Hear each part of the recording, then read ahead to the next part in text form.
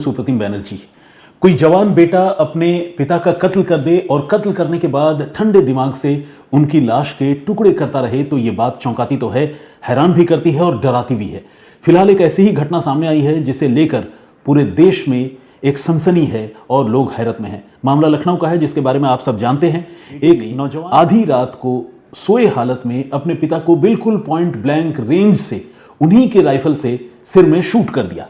पिता की मौत हो गई और इसके बाद वो बेटा तकरीबन 4 दिनों तक टुकड़े करता रहा और किश्तों में लाश के टुकड़ों को ठिकाने लगाता रहा। अब जब इस कहानी का खुलासा हुआ है तो लोग इस बात को सुनकर और जानकर हैरान हैं और सबसे ज्यादा हैरान हैं ये जान पीछे का मोटिव जो बताया गया है वो ये है कि पिता अपने विशेष, अपने अरमान अपने बेटे पर थोपना चाहते थे। वो बेटे को डॉक्टर बनाना चाहते थे और बेटा जो है वो होटल इंडस्ट्री में कुछ करना चाहता था, होटल खोलना चाहता था। लेकिन क्या इतनी सी बात पर पिता पुत्र के बीच इतनी कड़वाहट या इतनी भयानक लड़ाई हो सकती है कि बेटा न सिर्फ अपने पिता की जान ले बल्कि उनकी लाश को भी विकृत कर दे? ये सोच पाना समझ से परे है। बहुत सारे लोगों के मन में, जहन में यही सवाल है। ये एक ऑनगोइंग खबर है। ऑनगोइंग इसलिए कह रहा हूं क्योंकि अभी इस मामले का खुलासा हुआ है और आज देखा जाए तो इस तफ्तीश का दूसरा दिन है। कई सारी नई बातें सामने आई है, मुझे लगता है, जिसके बारे में आप सबको जानना चाहिए। सबसे पहले सवाल ये कि 19 और 20 फरवरी की दरमियानी रात को जब लखनऊ के शराब और पैथोलॉजी के कारोबारी मानवेंद्र सिंह की हत्या हुई तो उस रात का एग्जैक्ट सीक्वेंस क्या था, उस रात को एग्जैक्टली हुआ क्या था? एक तो सवाल यह है जिसके बारे में अब तक जो नई इनपुट सामने आए हैं मैं आपको वो बताऊंगा, और दूसरा ये कि इस कत्ल के पीछे जो प्रोबेबल थ्योरीज हैं वो क्या हैं जिन पर पुलिस इस वक्त काम कर रही है। तो आइए सबसे पहले सीक्वेंस के बारे में बताते हैं। जैसा कि आप सब जानते हैं 19 फरवरी की रात को मानवेंद्र सिंह अपने भाई के साथ लखनऊ में एक मैरिज पार्टी में शामिल होने के लिए गए थे। एक मैरिज पार्टी अटेंड करने के बाद मानवेंद्र सिंह को कहीं और जाना था और वो वहां चले गए जबकि उनके छोटे भाई घर चले आए। रात को मानवेंद्र सिंह करीब 1 बजे के आसपास अपने घर लौटे और 1:30 बजे तक उनका मोबाइल फोन ऑनलाइन शो कर रहा था, खासकर व्हाट्सएप ऑनलाइन शो कर रहा था, जो इसकी मानवेंद्र सिंह जो है वो एक्टिव थे, जगे हुए थे। इसके बाद वो सोने चले गए। लेकिन सुबह तकरीबन 4:30 बजे अचानक एक जोर की आवाज हुई और मानवेंद्र सिंह सोई हालत में ही बिस्तर पर दूसरी तरफ लुढ़क गए और खून की धार बह निकली। शरीर के जो मांस होते हैं उसके लोथड़े जगह जगह चिपक गए थे। और ऐसा तब हुआ जब मानवेंद्र सिंह गहरी नींद में थे और उनके बेटे अक्षत कुमार सिंह ने कथित तौर पर उन्हीं के राइफल से उनके सिर में गोली मार दी। इस घटना के बाद जो मानवेंद्र सिंह की बेटी है कृति, वो दहशत में आ गई। कृति ने अपने रिश्तेदारों को यह बताया है कि उस रात वो अपने पिता के साथ ही सो रही थी, बल्कि उसने ये बताया है कि उसका सिर अपने पिता की बाह पर था और ऐसे हालत में उसके पिता को गोली मारी गई। कृति ने कहा जब उसकी आंख खुली गोली की आवाज से तो उसने जब अपने पिता की हालत देखी तो वो घबरा गया। पास में उसका भाई बंदूक हाथ में लिए हुए खड़ा था। उसने अपने भाई से इसका सबब पूछा कि ये आपने क्या कर दिया, आपने जान ले ली? तो उसके भाई ने लड़की से कहा कि यह गलती से हो गया।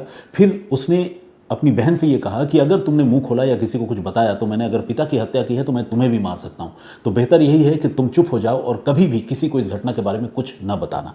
इसके बाद वो लड़की जो 11वीं में पढ़ती है वो 3rd फ्लोर में रहती है अपने पिता के साथ और भाई के साथ। वो 3rd फ्लोर से नीचे 2nd फ्लोर में आ गई और अपनी चाची के पास, जिनका चाचा का परिवार बीच वाले फ्लोर में है, 2nd फ्लोर में चाची के पास आ गई और वहां चाची के पास ही वो सो भी गई।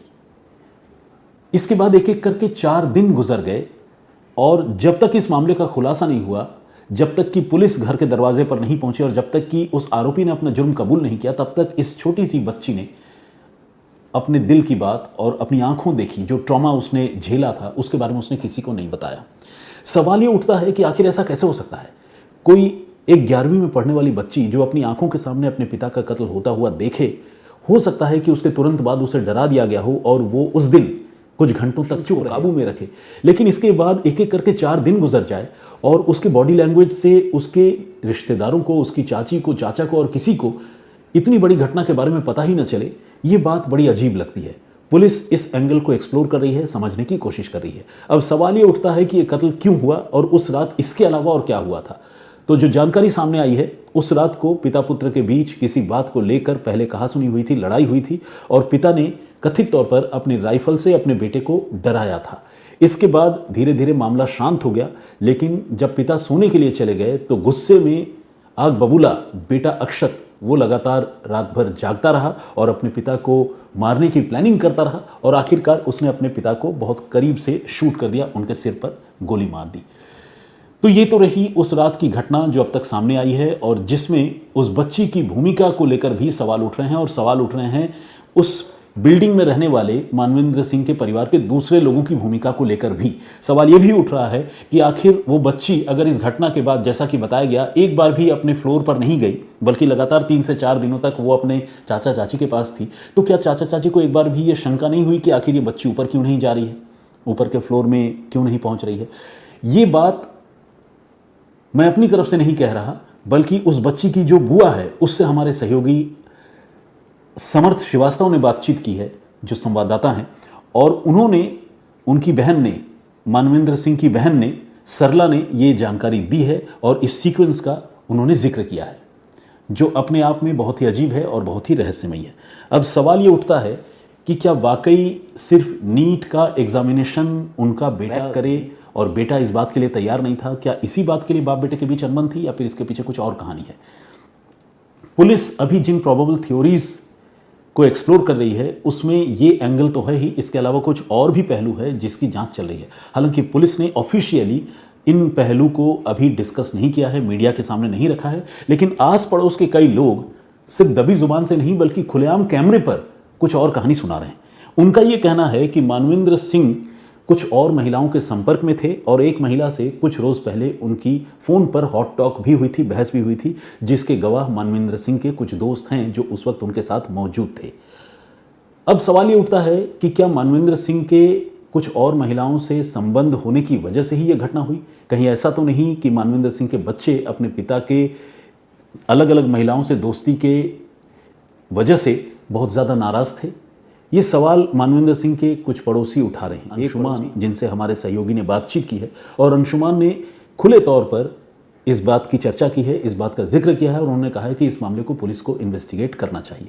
अंशुमान सिंह ने यहां तक कहा कि मानवेंद्र सिंह की जो पत्नी है उन्होंने खुद को खत्म कर लिया था कई साल पहले, और ऐसा फैसला उन्होंने इसलिए लिया क्योंकि मानवेंद्र सिंह के साथ उनकी पत्नी के बीच अक्सर विवाद हुआ करता था और विवाद की वजह थी मानवेंद्र सिंह की जिंदगी में आई कुछ और पत्नी का झगड़ा इसमें सुनने में आता था। ये था कि मानवेंद्र थोड़े से दूसरी महिलाओं के साथ उनका संबंध शायद इस विषय में था, इसको लेकर थोड़ा सा विवाद रहता था। मतलब मानवेंद्र का आप कह रहे हैं कि अन्य महिलाओं के साथ रिश्ते थे, इस वजह से उनकी पत्नी नाराज रहती थी? हाँ, उसी से रिलेटेड कुछ बात थी। हाँ। और उसी को लेकर के चीज़ें सामने आई थी कि उन्होंने ऐड किया। ये बात क्या बच्चों को भी पता थी, जो रिश्ते की बात? देखिए, ये बात बच्चों को जिस ट्रॉमा से गुजरना पड़ा है और जो मेरी जानकारी में है, जितना मैं समझ पाया हूँ, उसमें ये चीज़ें हैं कि बच्चों को ये बारे में मालूम था कि उनके पिता के एक्स्ट्रा अफेयर हैं बाहर महिलाओं के साथ में, और अभी महिलाओं के साथ में मतलब क्या? कई किस्से बच्चों के सामने ऐसे आए हैं। तो बच्चे बहुत मेंटल ट्रॉमा में जिस तरह से गुजरे हैं, जिस प्रकार की मानसिक तनाव में इस विषय को लेकर गुजरे, वो एक बड़ी बात थी। हालांकि परिवार के लोग हैं वो इस बात से इनकार करते हैं। मानवेंद्र सिंह की बहन और उनके पिता ने जोर देकर यह कहा कि मानवेंद्र सिंह की पत्नी की मौत बीमारी की वजह से हुई थी। उनके ब्रेन में कुछ प्रॉब्लम था, कोई नस दब गई थी, जिसके लिए न्यूरो सर्जरी हुई थी और उस न्यूरो सर्जरी के बाद उनकी मृत्यु हुई थी। सच क्या है? उनकी मौत को लेकर सवाल क्यों उठ रहे हैं? पड़ोसी इस तरह के दावे क्यों कर रहे हैं कि मानवेंद्र सिंह की पत्नी ने पति पत्नी के बीच हुए झगड़ों और पति पत्नी के बीच होने वाले क्लेश की वजह से खुद को खत्म कर लिया था, और घर वाले क्यों उसे एक वजह से अस्पताल में हुई मौत बता रहे हैं? इस पहलू को भी एक्सप्लोर करना और ये सच जानना भी ज़रूरी है। सच ये भी है, सवाल ये भी है कि मानवेंद्र सिंह के बच्चे क्या इसी वजह से अपने पिता से नाराज़ थे या खफा रहते थे?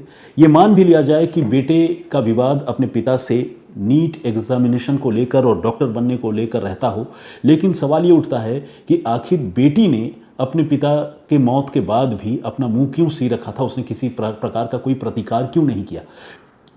चलिए, हो सकता है बेटी डर गई हो, लेकिन सवाल ये भी तो उठता है कि डर भले गई हो, लेकिन जो गम या दुख का जो इमोशनल आउटबर्स्ट है वो भी तो इन 4 दिनों में एक बार होता। अगर ऐसा नहीं हुआ तो कहीं ऐसा तो नहीं कि बेटी जो है वो भी अपने भाई की तरह अपने पिता से बहुत ज़्यादा खफा थी या नाराज़ थी? पड़ोसी कुछ इसी तरफ इशारा करते हैं। उनका कहना है कि बेटी जो है वो अपने भाई के साथ हमदर्दी रखती थी और बेटी का संबंध भी शायद अपने पिता से बहुत बढ़िया नहीं था। जिस तरह की ये घटना हुई है, क्लोज डोर मर्डर का केस है, वहाँ उस बेटी के अलावा और कोई चश्मदीद भी नहीं है। पिता पुत्र और पुत्री के बीच में उस रात को क्या हुआ ये बताने वाला कोई नहीं है। ऐसे में पुलिस की सारी जांच फिलहाल इन दोनों बच्चों से यानी बेटे से और मानवेंद्र की बेटी से पूछताछ पर ही टिकी है, क्योंकि उनके बीच के रिलेशनशिप के इश्यूज़ को भी यही बच्चे बता सकते हैं और उस रात जो लड़ाई हुई और जिस तरह से वो शूट आउट की घटना हुई उसके बारे में भी यही दोनों बता सकते हैं। तो दोनों से पुलिस पूछताछ कर रही है, सच तक पुलिस पहुंचने की कोशिश कर रही है और ये उम्मीद की जाती है कि आने वाले दिनों में इस घटना का अगर कोई और मोटिव है तो वो सामने आएगा। एक और इम्पॉर्टेंट बात जो मैं समअप करने से पहले आप लोगों को बताना चाहता हूं वो ये कि इस घटना को अंजाम देने के बाद मानवेंद्र के शव को ठिकाने लगाने के साथ साथ पुलिस को गुमराह करने के लिए मानवेंद्र के बेटे अक्षत प्रताप सिंह ने कई सारे जुगत लगाए थे और बहुत सारा दिमाग दौड़ाया था। अक्षत ने सबसे पहले तो लाश के टुकड़े करने के लिए ऑनलाइन प्लेटफॉर्म से चाकू खरीदे थे, लेकिन इन चाकुओं से वो लाश के टुकड़े नहीं कर पाया। इसके बाद वो आरी, पॉलीथीन के पैकेट्स और दूसरी चीज़ें खरीद कर लाया और फिर किस्तों में लाश के टुकड़े करता रहा और उन्हें ठिकाने लगाते रहा। घर में वो रूम फ्रेशनर का इस्तेमाल करता था ताकि बदबू बाहर न जाए। वो एक नीले रंग का ड्रम भी लेकर आया था और उसी नीले रंग के ड्रम में अपने पिता के आधी कटी हुई लाश को उसने रखा हुआ था ताकि वक्त मिलने पर वो उन्हें भी डिस्पोज ऑफ कर दे, उस पार्ट को भी डिस्पोज ऑफ कर दे। लेकिन इसमें वो कामयाब इसलिए नहीं हुआ क्योंकि जब वो ड्रम के साथ पिता के धड़ और शरीर के कुछ हिस्सों को डिस्पोज ऑफ करने जा रहा था, ठिकाने लगाने जा रहा था, तब तक उसके पिता के जो शराब के ठेके हैं उन शराब के ठेकों के कुछ मुनीम मानवेंद्र सिंह को ढूंढते हुए वहां आ गए थे। इस वजह से डेड बॉडी को पूरी तरह से ठिकाने लगाने का उसका प्लान जो है फेल हो गया।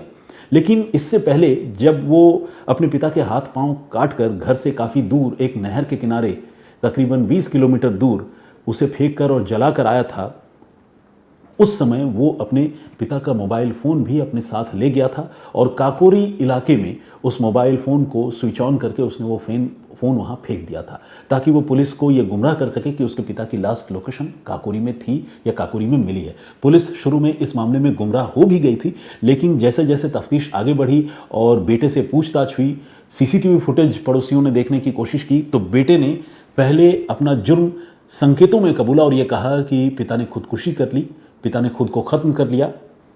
और फिर बाद में जब नाते रिश्तेदारों ने और ज़्यादा पूछताछ की तो फिर बेटे ने ये माना कि उसने पिता की हत्या की है।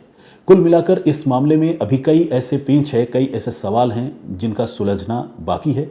बेशक पुलिस ने मुख्य आरोपी को इस मामले में गिरफ्तार कर लिया हो, लेकिन और भी लोगों की भूमिका शक के दायरे में है और चूंकि ये इन्वेस्टिगेशन अभी चल रही है, पुलिस ने पूरी तरह किसी को भी क्लीन चिट नहीं दी है। तो ये थी लेटेस्ट अपडेट जिसके बारे में मुझे लगा कि मुझे आप लोगों को बताना चाहिए। कल भी मैं इसी घटना से संबंधित कुछ जानकारियों के साथ आप सबके सामने हाजिर हुआ था, उस पर बहुत सारे लोगों ने कमेंट्स किए हैं। आइए कुछ लोगों के कमेंट्स पढ़ता हूँ और